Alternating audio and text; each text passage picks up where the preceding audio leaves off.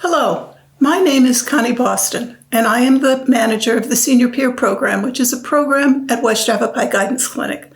The Senior Peer Program is a prevention program designed to bring older adults together. Our volunteers are age 60 and over, and as is the people they visit. We reach out to isolated, lonely adults, and in fact, during this time of the pandemic, there is so much isolation. I think some of our older adults are at last not feeling as alone about that. This presentation is designed to talk about the risks of medication uses, primarily prescription drugs, and the effect on aging bodies. I'm not a pharmacist. I'm really going to be talking more about risks and ways to prevent those risks. More than 80% of older adults between the ages of 57 and 85 use at least one prescription medication on a daily basis. More than 50% take more than 5 medications or supplements daily. And you can see there why our risk increases. About 25% use of prescription drugs are called psychoactive drugs, and they are taken for longer periods of time. Usually for older adults, the issues they help treat are depression and anxiety. Many medications can be lifesavers, but there are increased risks with multiple use. Here are some of the potential health issues. There's unintentional misuse, intentional non-medical use. There's more chronic illness in older adults dealing with pain, so they may be prescribed opiates. Age-related change in metabolism and how we metabolize our medications, and the potential for drug interactions. Research indicates that there is a rise in use of alcohol in older adults, particularly binge drinking.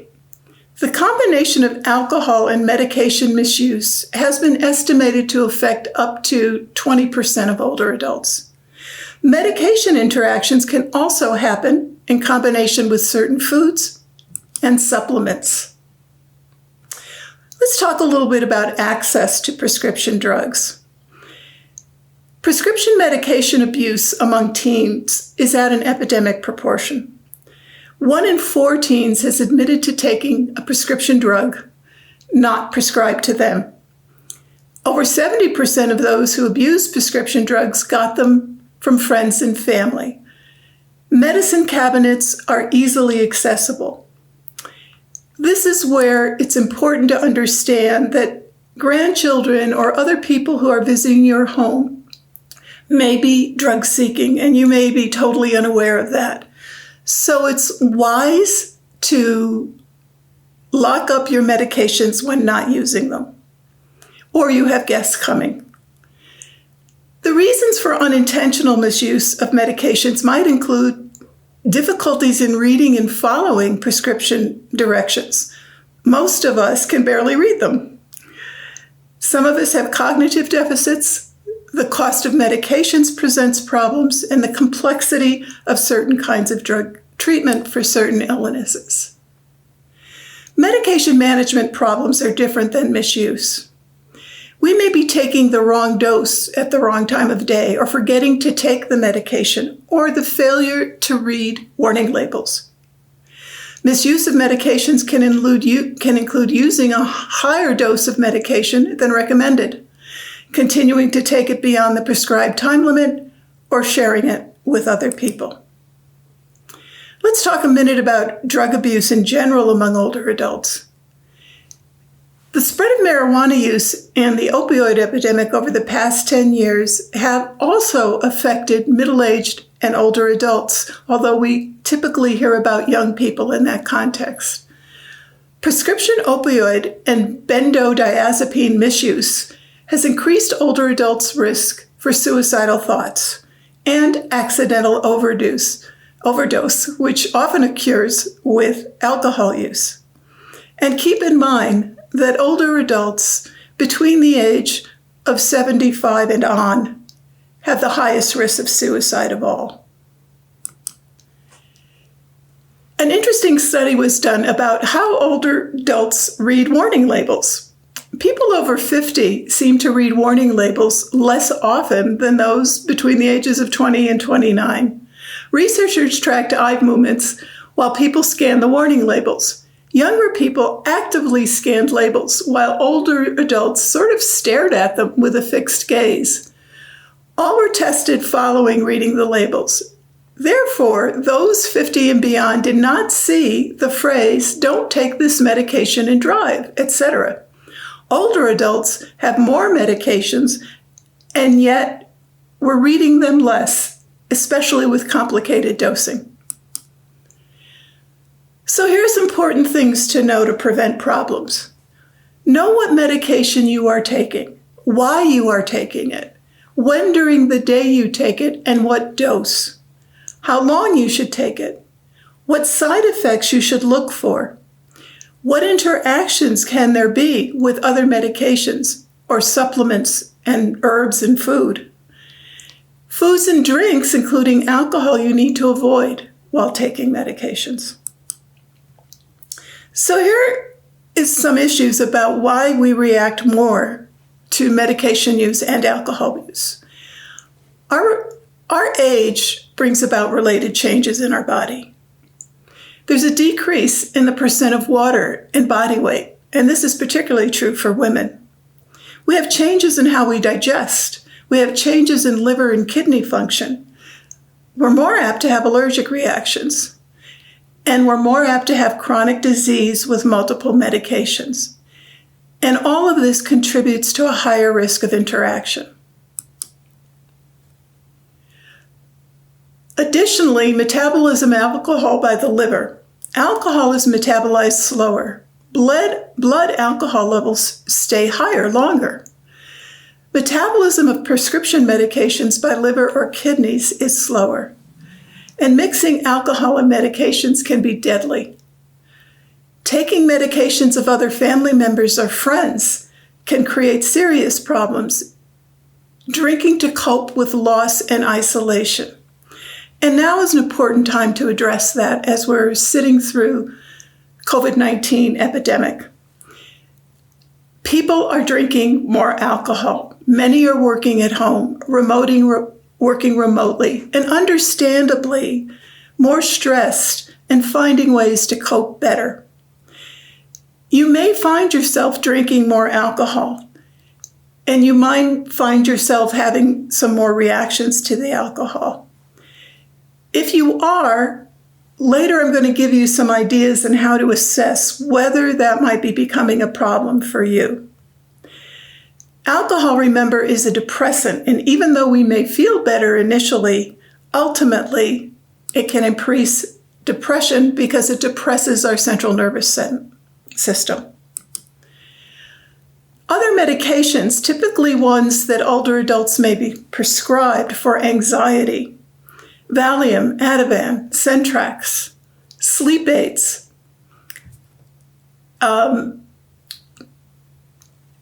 like Ambien, pain medicines, codeine, oxycodone, anti-seizure and antipsychotic medications.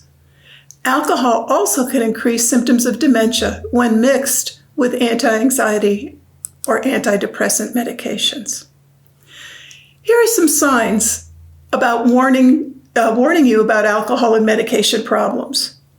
Sometimes these are often attributed just to aging, and sometimes that's true by our doctors, but not everything is about aging. These can be symptoms of other problems, but pay attention to these. More memory loss when it's not gradual, worried or crabby, having trouble making a decision or concentrating, lack of interest, sad or depressed, mood swings, in trouble with the law, DUIs is one.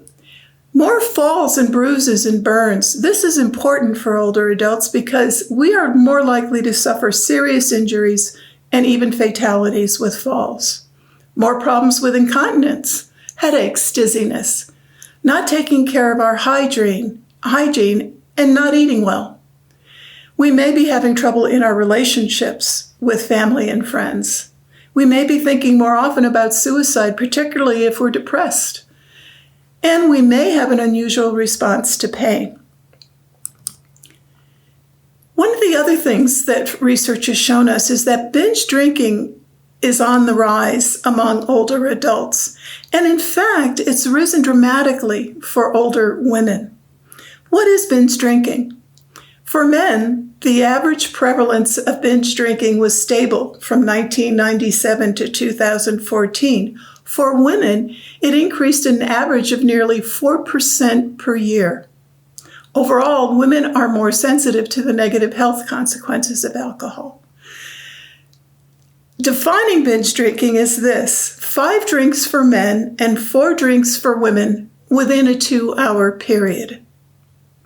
The recommended alcohol for adults is 2 drinks a day for men and 1 drink for women on a daily basis. But be aware that some health conditions and taking certain medications would indicate less or no alcohol intake at all would be the healthiest choice. Binge drinking has significant risks, certainly for falls and accidents, certainly if driving. But alcohol poisoning is not uncommon. And remember, our bodies are not processing the amount of alcohol as well as it did, and alcohol poisoning could potentially lead to death. Overdose combined with certain other medications is a critical issue, particularly certain opioids, but it may be true with other medications you're not aware of. So let's talk what is a standard single drink, because people often don't pay attention to that when they're saying they have 1 drink. So here's a definition of 1 drink. 1 can of beer at 12 ounces. You may have noticed that we Americans supersize just about everything, and 1 beer today is often a 16 or 24 ounce can. 1 single shot of whiskey or vodka, or what we call hard alcohol, 1.5 ounces is 1 drink. 5 ounces of wine, 4 ounces of sherry, and 4 ounces of a glass of liqueur. And again, this refers as moderate drinking to 2 drinks a day for men and 1 for women who are older adults. The Cage Questionnaire is something that was developed to help people take a look at whether they might be having some concerns with alcohol. They're simple questions and it's easy to score. So take a minute and think about these. This may not apply to you. It may apply to a loved one. Have you ever felt you should cut down on your drinking? Have people annoyed you by criticizing your drinking? Have you ever felt bad or guilty about your drinking? Have you ever had a drink first thing in the morning to steady your nerves or to get rid of a hangover, commonly known as the eye opener? And keep in mind, when people close to us become concerned about their drinking, they typically are uncomfortable talking about that, so it's likely there is something to be concerned about. So here's how you score the Cage. Any item that has a yes answer indicates a higher indication of alcohol problems. A total of 2 yeses or greater is considered clinically significant and more serious. A positive response to any of these questions should prompt further explanation and examination. And at times, if you're very concerned, it's very important to talk to a physician. There are many herbs and other drugs that can impact your use of medications. And there's a lot of them. And the best choice for dealing with this and understanding it is to talk to your physician and also your pharmacist. For example, ginkgo has blood thinning properties and should not be used with other blood thinners. Ginkgo and aspirin together may cause bleeding. St. John's wort, an herb that is sometimes used for depression, can interact with HIV and organ transplant drugs, and it also interacts negatively with antidepressants. If you are depressed enough to be prescribed an antidepressant, then St. John's wort in addition is not going to help. It's going to, in fact, make your antidepressant medications less effective. Some people use the kava herb for anxiety, but it can intensify depressants like alcohol, prescription sedatives, and it can increase liver toxicity. Double dosing on stimulants like bitter orange or cola nut and weight loss drugs, caffeine or pseudoephedrine, can speed metabolism, increase anxiety, heart rate, blood pressure, or insomnia. If you already have issues, cardiac issues and high blood pressure, this would be a bad choice. The food mushrooms may counteract corticosteroids or drugs that suppress immune response. Herbal laxatives can deplete the body of potassium, and if taking diuretics, as many do, you may experience a double depletion of potassium. Psyllium or flaxseed do not deplete potassium. Some foods do affect how well your medications work. Avoid fish oil supplements if you take blood thinners. Large amounts can also thin blood. Avoid grapefruit and grapefruit juice if you take certain statins for high cholesterol or antidepressants called MAO inhibitors. If you take medicine for diabetes, avoid too much cinnamon. It can lower blood sugar. And if you take certain heart medications, avoid too much calcium. So how do you know what too much or a lot is? Again, consult with your doctor and your pharmacist. So let me give you some suggestions. It's always necessary to carry information about your current medications and supplements that you may take. For example, if you're in an auto accident or injured, this will help medical staff to immediately assess what is the safest way to treat you. Again, your best resources for information are your physician and your pharmacist. I have included a handout that you can drop down, and that will give you some suggestions shared by Consumer Reports of certain methods that make it simpler to keep access to your medications on your phone or your computer or by print. Never share your prescribed medications.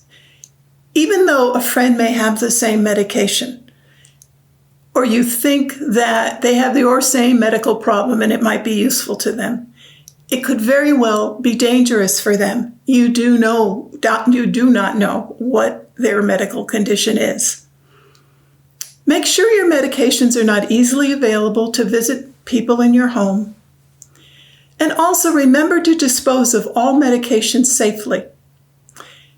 In the Quad City area, each police department will accept your prescription drugs as long as you've kept them in the original container. Thank you for listening to this presentation.